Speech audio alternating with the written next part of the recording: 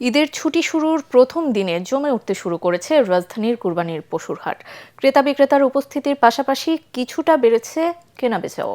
চাহিদা বেশি মাঝারি গরুর। নগরীর প্রতিটি হাটেই এখন ক্রেতাদের ভিড়, তবে বৃষ্টির কারণে বিপাকে ক্রেতা ও বিক্রেতারা।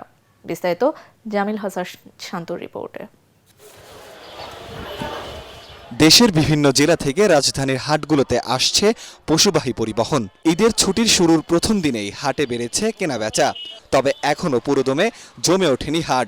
দরদাম করে পছন্দমতো কোরবানির পশু কিনছেন ক্রেতারা, তবে ক্রেতাদের মধ্যে রয়েছে গরুর দাম নিয়ে মিশ্র প্রতিক্রিয়া। বৃষ্টি পড়তেছে, তো বৃষ্টির জন্য গরু দেখতে অসুবিধা হচ্ছে, অনেক কাদা, হাঁটতে অসুবিধা হচ্ছে। দাম অনেক বেশি চাচ্ছে, কমায় রাখতেছে না, যেটা অ্যাকচুয়াল হওয়া উচিত এটা রাখতেছে না। ওরা মনে হয় চাচ্ছে যে মার্কেটটা আরও দেখুক, যেমন আজকে মনে হচ্ছে যে ছাড়বে। বৃষ্টির জন্য অনেকক্ষণ ওয়েট করা লাগছে, বাট গরু 1 ঘন্টার মধ্যে হয়ে গেছে। খামারিদের প্রত্যাশা সামনে আরও বেশ কয়েকদিন রয়েছে। অন্য বছরগুলোর চাইতে এবার তাদের ব্যবসা ভালো হবে, তবে অতিরিক্ত গরম ও বৃষ্টির কারণে ঝুঁকি পোহাতে হচ্ছে খামারিদের।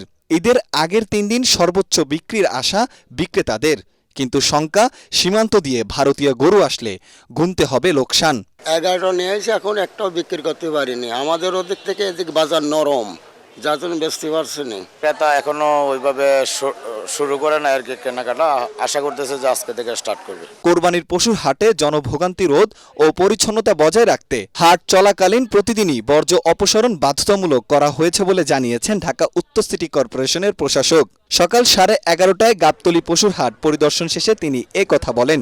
এ সময় তিনি জানান, ইজারাদার ও নিরাপত্তা কর্মীরা 24 ঘন্টা ওয়াচ টাওয়ারের মাধ্যমে সার্বক্ষণিক নজরদারি করছেন। প্রতিটি পশুর হাটের বর্জ্য ব্যবস্থাপনা থেকে শুরু করে সকল কিছু একটা ব্যবস্থাপনার মধ্যে থাকুক।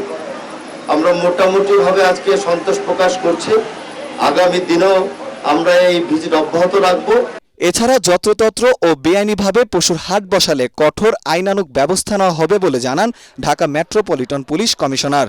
আমাদের স্পেশাল মেট্রোপলিটন ম্যাজিস্ট্রেট তারা কাজ করছেন, পাশাপাশি বিআরটি এর ভিজিলেন্স টিমে বিজ্ঞ ম্যাজিস্ট্রেটগণ কাজ করছেন। আমরা তাদের সাথে আজকে কথা বলেছি, এই ধরনের কোনো অভিযোগ পাওয়ার সাথে সাথে তারা ব্যবস্থা গ্রহণ করছেন। সব হাটের নিরাপত্তা নিশ্চিতে আইন শৃঙ্খলা বাহিনী সচেষ্ট রয়েছে বলেও জানান পুলিশ কমিশনার। জামিল হাসান শান্ত, এটিএন বাংলা, ঢাকা।